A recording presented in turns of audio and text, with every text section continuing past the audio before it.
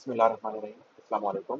Last class में हमारी discussion हुई थी ऑडिट इंगेजमेंट एक्सेप्टेंस के हवाले से कि जब भी कोई ऑडिट इंगेजमेंट एक्सेप्ट होगी तो उसकी क्या प्रोसीजर्स हैं, हम किस तरह से किन किन चीज़ों को कवर कर रहे होंगे। कोई भी ऑडिटर जब अपॉइंट हो रहा होता है तो किस तरीके से अपॉइंट हो रहा होता है। अपनी इस डिस्कशन को एक बार हम स्टडी हब से देखेंगे जो कल हमने की थी। तो प्रोस्पेक्टिव ऑडिटर वो बंदा होता है जो आने वाला ऑडिटर होता है। May have been recommended directly to the potential client or asked to complete against other firms as part of a tendering process. There are three main stages in the auditor appointment. तीन main stages कौन कौन से हैं? Client screening and acceptance, engagement acceptance, professional appointment. In all three stages, the prospective auditor should determine if there are any threats to complying with relevant fundamental principles. Although the syllabus refers specifically to auditor, the procedure similarly apply to any assurance or other professional engagement. Client screening and acceptance जो हमने कल बातें की. Is the audit firm able to audit the potential client? क्या हम उस client का audit कर भी सकते हैं या नहीं कर सकते? सबसे पहले तो हम इस चीज़ को इवेल्युएट कर रहे होंगे। अब हम अपना गिरेबान झांकते हुए किन किन चीज़ों का ख्याल रखेंगे जो कल हमने सीखा। Whether the firm has the expertise necessary to carry out the engagement. आप अपने आप से सवाल करें कि क्या आपके पास नेसेसरी एक्सपर्टीज है कि आप इस क्लाइंट का ऑडिट कर सकें। Whether the firm has the staff and capacity to complete the engagement and meet reporting deadlines, whether the auditor is independent of the potential client, whether there are any conflicts of interest. आप इन चीज़ों का ख्याल रखेंगे and then आपको पता चलेगा कि क्या आप इस क्लाइंट का ऑडिट कर भी सकते हैं या नहीं कर सकते। Does the audit firm want to be associated with the potential client. क्या हम इस क्लाइंट के साथ एफिलिएट एसोसिएट हो सकते हैं या नहीं हो सकते। कैसे पता चलेगा आपको ये बात जो हमने कल डिस्कशन की रिगार्डिंग किसी भी क्लाइंट के बारे में आपको पता चल जाएगा कि उसमें रिस्क कितने हैं, उसके बिजनेस का ऑपरेशंस कैसे चलते हैं, वो मनी लॉन्ड्रिंग तो नहीं करता, कोई नॉन कंप्लायंस तो नहीं करता। The complexity of clients operations and its overall audit risk, the reputation of the potential client, the apparent integrity of its management, its commitment in the application of appropriate accounting policies, the potential client's commitment to internal controls, evidence of fraud or non-compliance with laws and regulations. Is the potential client financially viable? The audit firm will wish to avoid fee collection problems and disputes. Also, in some jurisdictions, to verify the identity of the potential client is a legal requirement. Example, under money laundering regulations, this will be straightforward for major international entities, but for small entities, extensive checks and references on the entity and its directors may be necessary. अब usually जो बड़ी companies होती है ना वहाँ पर इस तरह के मसले कम आते हैं ज़रा, क्योंकि उस पर रेगुलेटर की नज़र बहुत ज़्यादा होती है। लेकिन जो छोटी कंपनीज होती है ना, जिन्हें हम लोग शेल कंपनीज कह रहे होते हैं, जो इसी मकसद के लिए बनाई जाती हैं कि वो आएंगी और कोई मनी लॉन्ड्रिंग करेंगी या कोई गलत काम करेंगी और फिर वापस चले जाएंगी, तो ऐसी कंपनी में मसला ज़रा ज़्यादा होता है। The auditor should only agree to provide services he is competent to perform. Fundamental principles of professional competence and due care. The prospective auditor should do the following to determine whether the client can be properly served. Understand the entity's business. जब आप engagement accept कर रहे होंगे तो ये जो ऊपर हमने सवाल किए, सबसे पहले तो आप देखेंगे कि क्या मैं इस काबिल हूँ कि मैं इनका ऑडिट कर सकूँ, फिर क्या क्लाइंट इस काबिल है, क्या क्लाइंट की मैनेजमेंट इस काबिल है। ये सब देखने के बाद अब आप काम शुरू करेंगे। कैसा काम? आप पहले देखेंगे एंटिटीज की बिजनेस की अंडरस्टैंडिंग ले लेंगे ताकि आपको ये सारी चीज़ें पता चल सकें। Assess the specific requirements of the engagement and the purpose, nature and scope of the work to be performed. Example, laws and regulations, use of experts, assurance from controls, reliance on internal audit. उसके अलावा आप क्या करेंगे? आप specific requirements देख लेंगे किसी भी इंगेजमेंट की कि किस मकसद से ये इंगेजमेंट की जा रही है, या ज़रूरी तो नहीं है सिर्फ ऑडिट करवाया जाए। शायद कोई कंपनी हमें हायर कर रही हो किसी और पर्पस के लिए, शायद हमसे अकाउंटिंग करवाने जा रही हो, शायद हमसे रिव्यू करवाना चाह रही हो, लेकिन हम जो स्पेसिफिकली बात कर रहे हैं, हम फिलहाल बात कर रहे हैं ऑडिट के हवाले से। तो आप पहले उनका स्कोप समझेंगे कि हमने कहाँ कहाँ तक काम करना है, किस हद तक सवाल करना है। Assess the logistics, locations, competent audit staff, time frame. फिर इसके अलावा आप देख रहे होंगे कि अगर आपकी टीम के अंदर लेट से 15 बंदे हैं और कंपनी की 50 लोकेशंस हैं, तो अब जाहिर है 50 वेयर हाउसेस तो विजिट नहीं कर सकते। आप सिलेक्टेड बेसिस पे कुछ जगहों का विजिट करेंगे, तो वो कुछ जगहें कौन सी होनी चाहिए, कौन जाएगा कौन नहीं जाएगा, ये सारी चीज़ें आप कंसीडर करेंगे एक्सेप्टेंस के वक्त। ऐसा नहीं हो कि आप एक्सेप्ट करने के बाद सोचें यार अब एक्सेप्ट कर लिया, अब देखते हैं क्या करना है। The significance of any threat to the fundamental principles should be evaluated. Threats to professional competence: if an engagement is accepted without understanding all the relevant facts, an essential safeguard is communicating with the existing auditor to determine whether there are any professional or other reasons not to accept the engagement. उसके अलावा आप ये भी consider करेंगे कि क्योंकि जब हमने पुराने ऑडिटर से बात की थी, तो अगर हमें पुराने ऑडिटर से बात करने के बाद ये पता चला कि कोई और रीज़न तो नहीं कि हमें इस क्लाइंट को एक्सेप्ट नहीं करना चाहिए, तो हम उस सूरत में भी इस क्लाइंट को एक्सेप्ट नहीं करेंगे। कम्युनिकेशन विद एग्जिस्टिंग ऑडिटर, इसको हमने नाम दिया था प्रोफेशनल क्लियरेंस लेटर, क्योंकि ये कम्युनिकेशन अवेलेबल फ़ोन पे नहीं, किसी ईमेल के थ्रू नहीं होती।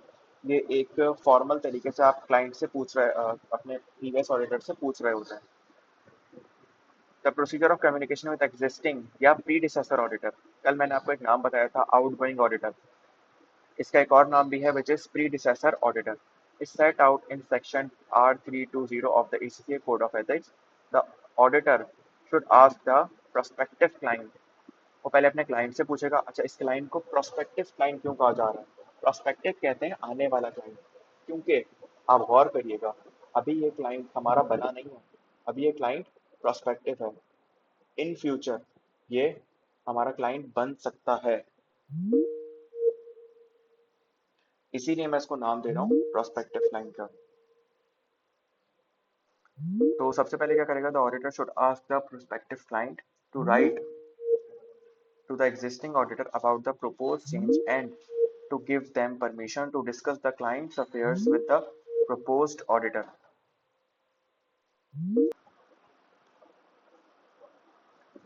सबसे पहले हम अपने क्लाइंट से इजाज़त लेंगे कि क्या मैं आपके बंदे को, आपके प्रीवियस ऑडिटर को भेज दूं या नहीं भेजूं।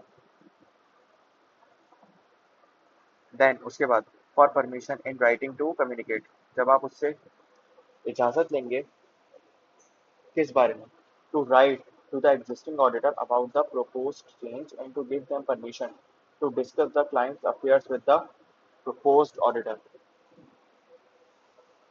For permission in writing to communicate with the existing auditor, आप अपने क्लाइंट से इजाज़त लेंगे कि क्या मैं आपके पुराने ऑडिटर से बातचीत कर लूँ, उससे इजाज़त, अगर आप इजाज़त दें तो क्या मैं उससे बात कर लूँ इस हवाले से कि आपके बारे में कुछ सवाल करने थे, अगर आप इजाज़त दें। If either of these permission is refused, the appointment must be declined. अगर आपको क्लाइंट मना कर देता है तो इस सूरत में आप भी क्लाइंट को मना करते हैं, कि हमने कल एक बात सीखी थी कि अगर आपको क्लाइंट पिछले ऑडिटर से बात तक नहीं करने दे रहा तो इसका मतलब इस क्लाइंट में कोई गड़बड़ है। Once permission has been obtained, the auditor should write to the existing auditor requesting information relevant to deciding whether to accept the appointment. Example, if there has been any action by the client which would on ethical grounds mean declining the accept the appointment. If the existing auditor does not respond within a reasonable time, a final letter should be sent by recorded delivery stating that no matters will be assumed unless advised otherwise, and if there still is no reply, the auditor should seek information about potential threats from other sources. Example, inquiries to third parties and those charged with governance. This may also require the potential client's permission. Report the existing auditor to relevant professional body for unprofessional behavior. यहाँ पर आपको guidance दी जाती है कि अगर आपको आपका client मना कर देता है तो आप भी मना कर देंगे, लेकिन अगर वो इजाज़त देता है तो इस सूरत में आप उससे बात करेंगे। अगर बात का आपको जवाब नहीं मिलता, ऑडिटर ही रिप्लाई नहीं करता सामने से, तो इस सूरत में आप क्या करेंगे, इस सूरत में आप किसी और तरीके से इंफॉर्मेशन ऑब्टेन करने की कोशिश कर रहे होंगे।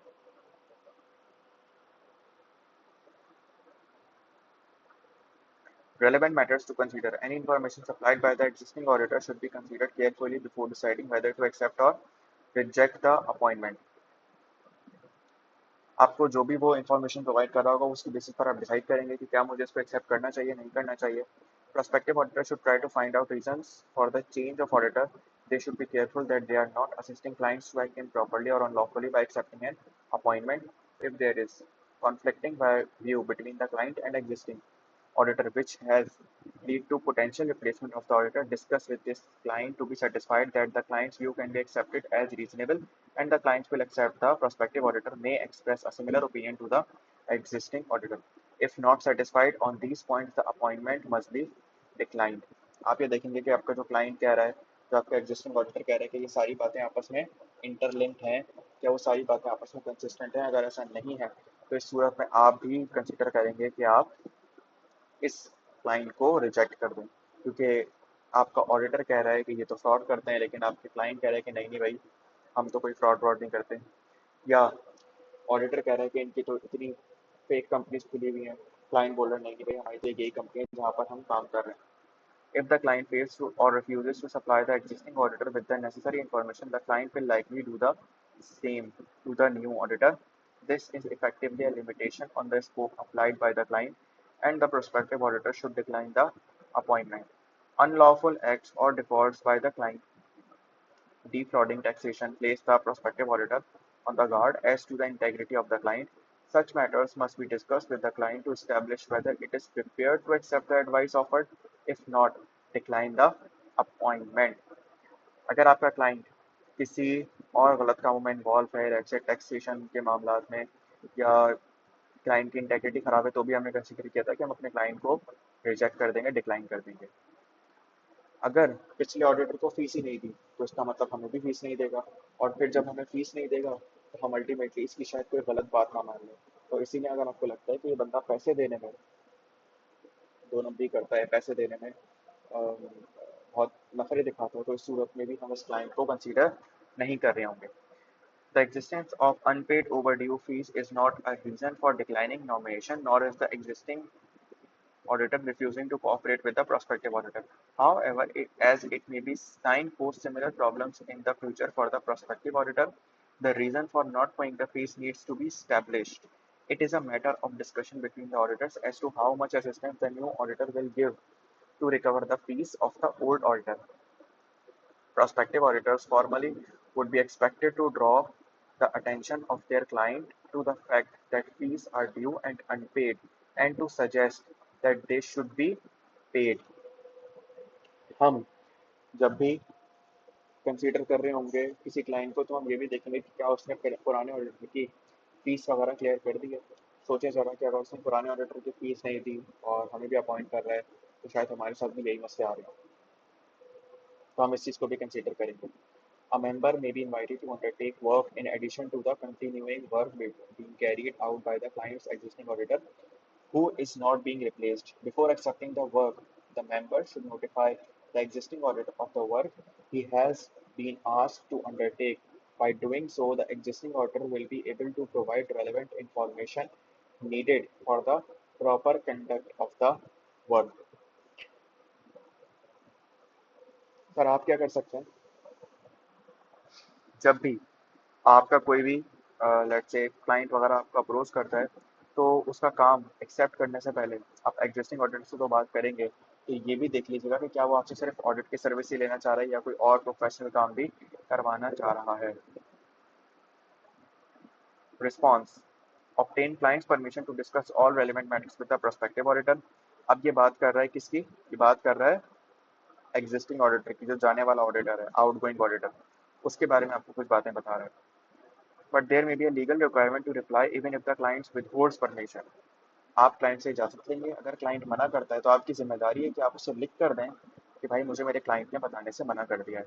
The existing auditor should answer without delay stating as relevant. उसको सारी सही सही बातें बताइएगा.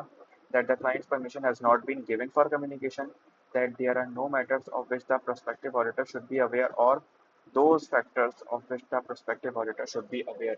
जो भी आपका सिनेरियो बनता है या आपको क्लाइंट इजाज़त नहीं दे रहा या इजाज़त दे रहा है, कोई सही बात नहीं है ऐसी बताने के लिए, या फिर बहुत सारी बातें बताने के लिए सही सही सच सच बता दीजिएगा। It is not sufficient to state that unspecified factors exist. However, legal advice may need to be taken in some circumstances suspicious of money laundering before providing details. हाँ, ऐसा ज़रूर कर सकते हैं आप कि अगर आपको लगता है कि कुछ चीज़ें ऐसी हैं जिस पर अभी मैं श्योर नहीं हूँ, मुझे लगता है कि ये मनी लॉन्ड्रिंग में इन्वॉल्व है, तो फिर आप लीगल एडवाइस ले लीजिएगा, किसी लॉयर से पूछ लीजिएगा कि देखिए मुझे ऐसा शक है तो मुझे क्या जवाब देना चाहिए। ऑन द अदर हैंड, अगर आप ये जुमला लेते हैं ना, अनस्पेसिफाइड फैक्टर्स एग्जिस्ट, तो ये तो देखें बिल्कुल जनरल सा जुमला है, किसी को कुछ समझ ही नहीं आएगा मसला क्या है, मैं कैसे डिसीजन लूंगा इसकी बुनियाद पे।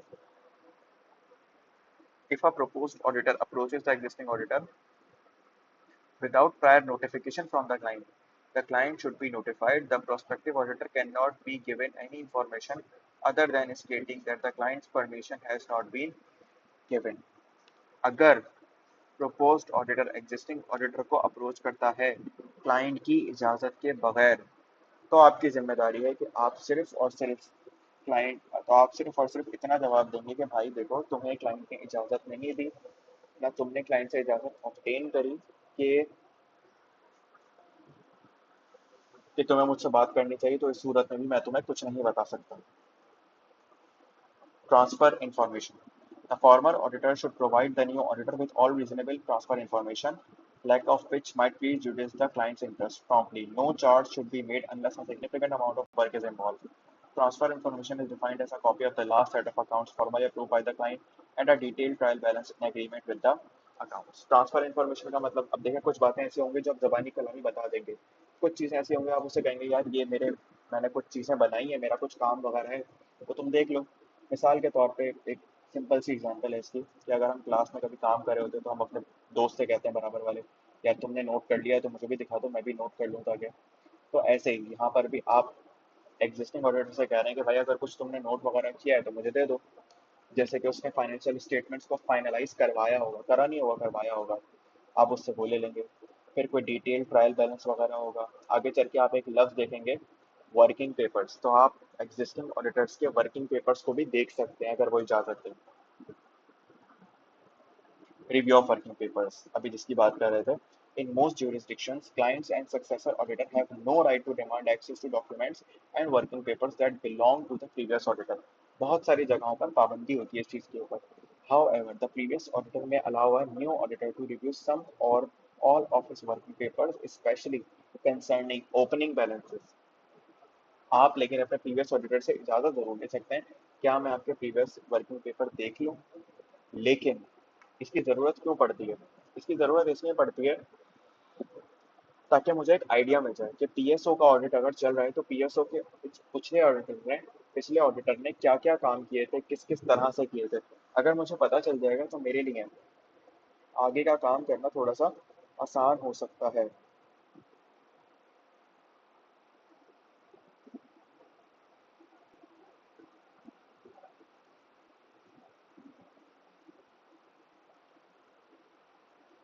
लेकिन इसका मतलब ये नहीं कि आपको हर जगह पर इसका मतलब ये नहीं कि आपको हर जगह पर मना कर दिया जाए कि आप वर्किंग पेपर्स नहीं दे सकते। अक्सर जगहों पर आपको इजाज़त मिल जाती है, ख़ास तौर पे पाकिस्तान में आपको इजाज़त मिल जाती है कि आप प्रीवियस ऑडिटर्स के वर्किंग पेपर्स देख सकते हैं। However, previous auditor may allow a new auditor to review some or all of his working papers, especially concerning opening balances.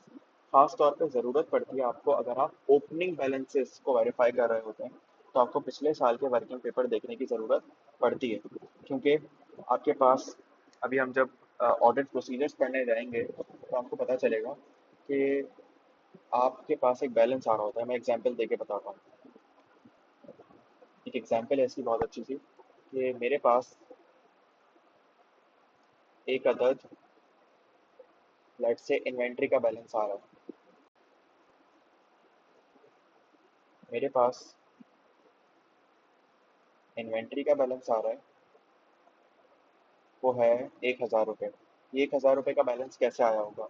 ये 1,000 रुपये के बैलेंस का ब्रेकअप है, ओपनिंग बैलेंस होगा कोई ना कोई, फॉर सपोज 500। फिर मैंने ड्यूरिंग द ईयर परचेजेस करी होंगी, फॉर सपोज 800। और क्लोजिंग बैलेंस आ रहा होगा 300 का। जब मैंने तीन बैलेंसेस को रिकॉर्ड किया होगा तो मेरे पास आंसर आया होगा 1000 रुपये का बैलेंस, और वो 1000 रुपये का बैलेंस मैंने अपनी बैलेंस शीट के अंदर दिखा दिया होगा। सॉरी, बैलेंस शीट कह रहा हूँ, माय मिस्टेक। ये 1000 रुपये का बैलेंस मैंने अपनी एसओसीआई में दिखा दिया होगा as cost of good sold. SOCI के अंदर, या प्रॉफिट एंड लॉस अकाउंट बोलें, पीएनएल के अंदर मैंने आपको शो करवा दिया होगा as cost of good sold. अब सवाल ये उठा कि ये 1000 रुपये के बैलेंस को वेरीफाई कैसे करेंगे। इस 1000 रुपये के बैलेंस पर मैं यहाँ पर कुछ प्रोसीजर्स परफॉर्म करूंगा जो हम आगे चल के देखेंगे। मैं यहाँ पर कुछ प्रोसीजर्स परफॉर्म करूंगा जो हम आगे चल के देखेंगे, लेकिन इस ओपनिंग बैलेंसेस पर तो मैं कोई काम ही नहीं कर सकता, क्योंकि ये तो पिछले साल का बैलेंस सीडी है जो इस साल का बैलेंस बीडी बन रहा है। इस सूरत में तो मैं इसके ऊपर कोई काम ही नहीं कर सकता।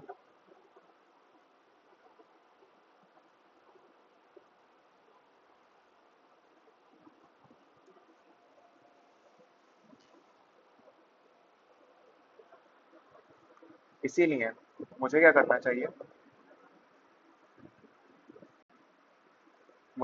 चाहिए, मुझे इस 500 रुपये के ऊपर सीधा सीधा जो पिछले साल की ऑडिटेड फाइनेंशियल स्टेटमेंट है, मैं उसमें से वेरीफाई कर लूंगा कि क्या ये नंबर सही है या नहीं।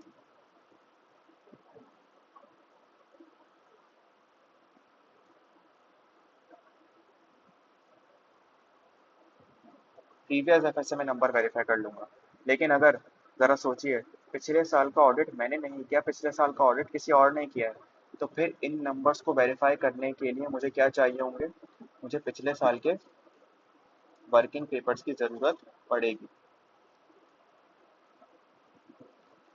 इसी कॉन्सेप्ट के लिए उसने कहा कि आप वर्किंग पेपर्स ऑब्टेन कर सकते हैं। In the UK, it is a legal requirement for the previous auditor to allow the incoming auditor reasonable access to working papers. This does not mean access to all working papers or budgets, key calculations, time records, etc. UK के अंदर allowed है कि आप अपने upcoming auditor को previous working paper दिखा सकते हैं, लेकिन इसका मतलब ये नहीं कि वर्किंग पेपर में सब कुछ दिखा दें, मतलब बजट्स वगैरह, कि आपने क्लाइंट से कितनी फीस ली, उसकी क्या कैलकुलेशन थी, कितना टाइम। अपने वर्किंग पेपर दिखाने की ज़रूरत नहीं है, क्लाइंट के जितने भी वर्किंग पेपर्स हैं वो दिखाइएगा।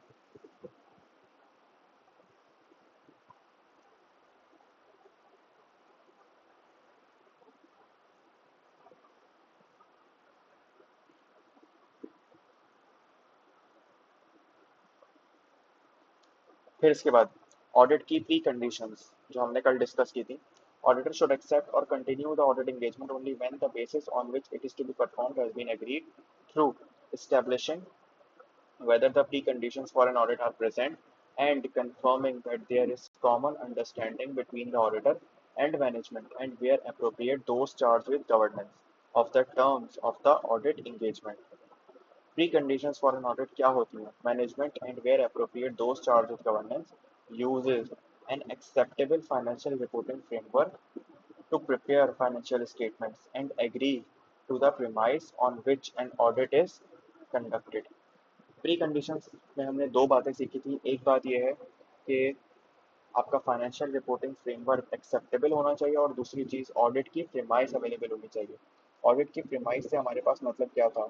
ऑडिट की प्रीमाइस से हमारे पास मतलब था कि आपके पास मैनेजमेंट अपनी जिम्मेदारियां पूरी कर रही हो। To establish whether the preconditions are present, ऑडिटर को किन चीज़ों का ख्याल रखना है?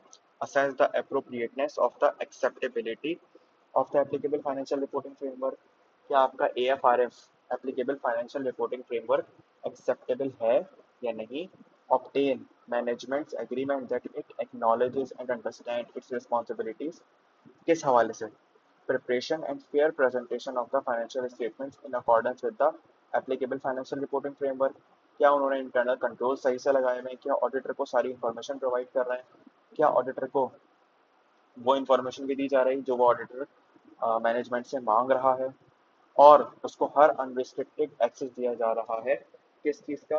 हर बंदे का जो कि कंपनी में मौजूद है, और वो उससे कोई भी ऑडिट एविडेंस ऑब्टेन कर सकता है। सारी बातों का मतलब तीन बातें अहम है। वो तीन बातें क्या हैं? आप अपने ऑडिटर को सारी इंफॉर्मेशन प्रोवाइड करेंगे, आप इंटरनल कंट्रोल बनाएंगे और आप फाइनेंशियल स्टेटमेंट बनाकर ऑडिटर के सामने पेश करेंगे। फॉर न्यू एंगेजमेंट्स, नई एंगेजमेंट्स के लिए कुछ बातें कह रहा है। The auditor will discuss this matter with those charged with governance before issuing the engagement letter, which is a formal acceptance. If doubts remain after discussions with management that the preconditions cannot be met, the auditor must not accept or continue the engagement. अगर preconditions met नहीं होते तो इस सूरत में आपको audit engagement accept करने की जरूरत नहीं है. If the client proposes to subject the auditor to any limitations on the scope of the audit or restrict the access to information which would result in qualifying the auditor's report, the engagement should not be accepted. अगर आपको अभी से लगता है client आपको आगे काम नहीं करने देगा तो इस सूरत में आपको एक्सेप्ट करने की जरूरत नहीं है.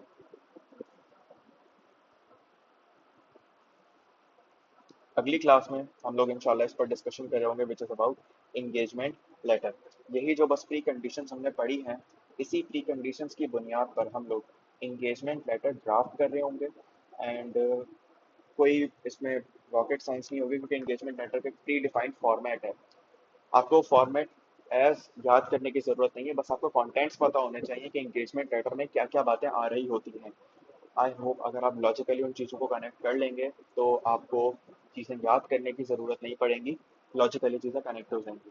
और फिर अगर एग्जाम में आपसे पूछ लिया जाए कि एंगेजमेंट लेटर की मैंने ये चार बातें लिखी हैं, आप बताएंगे चार बातें सही लिखी भी हैं या नहीं लिखी, तो आप इजीली बता सकते हैं. यही मकसद है एंगेजमेंट लेटर समझाने का.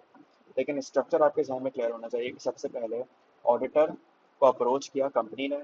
ऑडिटर ने कुछ एक्सेप्टेंस या कंटिन्यूएशन के प्रोसीजर्स परफॉर्म किए कि क्या मुझे आपको एज अ क्लाइंट एक्सेप्ट करना चाहिए या नहीं करना चाहिए.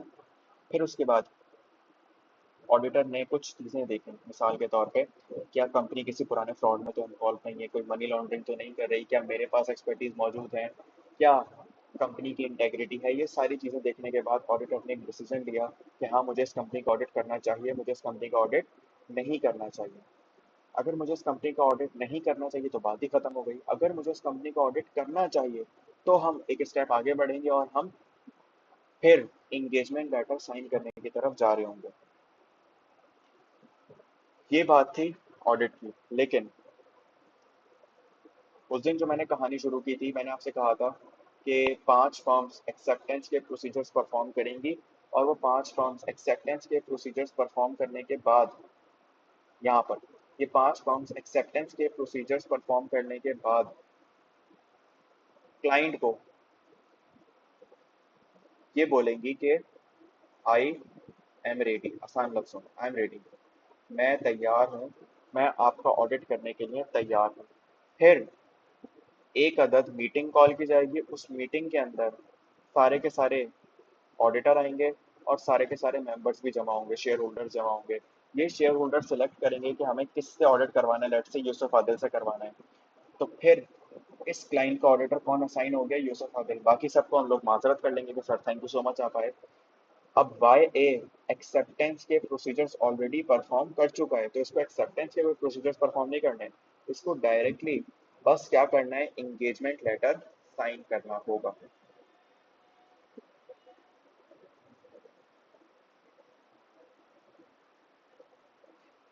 इंगेजमेंट लेटर हम लोग यहाँ पर साइन कर रहे होंगे.